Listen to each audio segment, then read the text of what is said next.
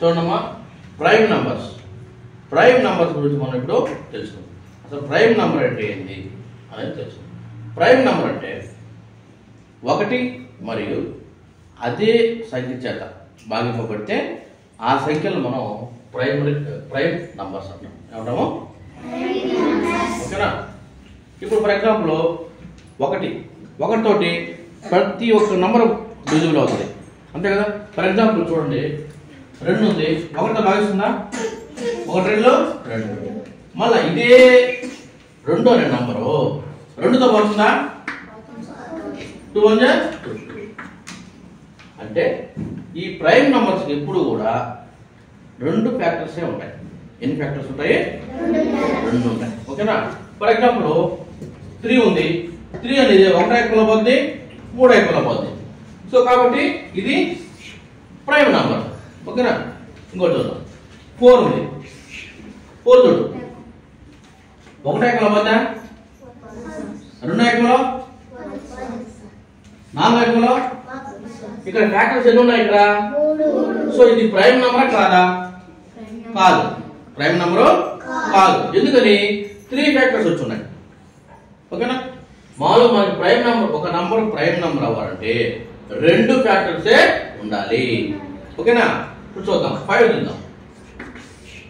5 1 లో పోతుందా?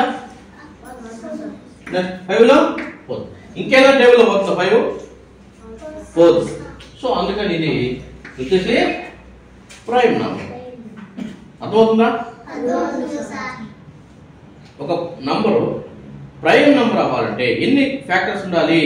2 ఉండాలి. అంతకుమించి ఎక్కువ ఉంటే ఆ నంబర్ ప్రైమ్ నంబర్ అవుతుందా? అవ్వదు. ఫర్ ఎగ్జాంపుల్ 6 చూద్దాం. 6 1 టేబుల్ లో పోతుందా? 2 టేబుల్ లో పోతుంది. 2 3 జార్. నెక్స్ట్ 3 తో పోతుందా? 3 2 జార్ పోతుందా? నెక్స్ట్ 4 తో పోతుందా? పోదు. 5 తో పోతుందా? పోదు. 6 తో పోతుందా? సో ఒక నంబర్ ఈ 6 కి ఎన్ని ఫ్యాక్టర్స్ ఉన్నాయి? 4 ఉన్నాయి. సో ఇది 6 అనేది ప్రైమ్ నంబరా కాదా? కాదు, అంతే కదా? Very good.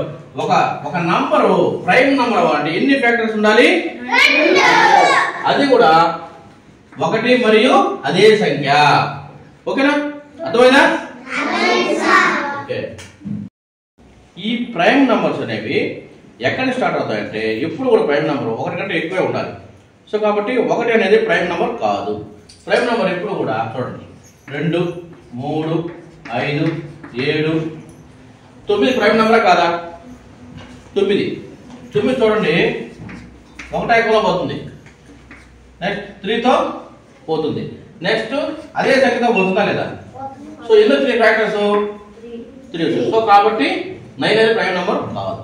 Okay. Next 11 13 next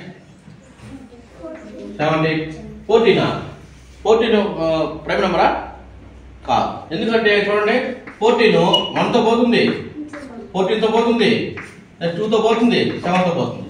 so కాబట్టి 14 అనేది ప్రైమ్ నంబర్ కాదు. నెక్స్ట్ 17 19. ఓకేనా?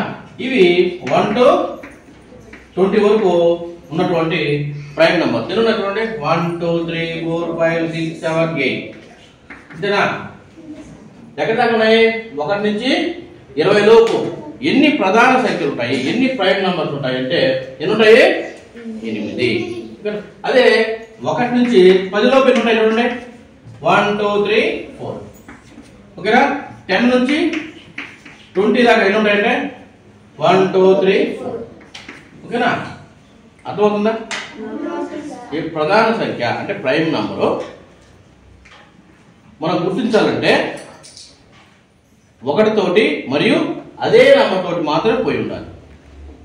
అలా కాకుండా ఎక్కువ ఫ్యాక్టర్స్ ఉంటే దాన్ని మనం ప్రైమ్ నంబర్ గా పరిగణించము. ఓకేనా?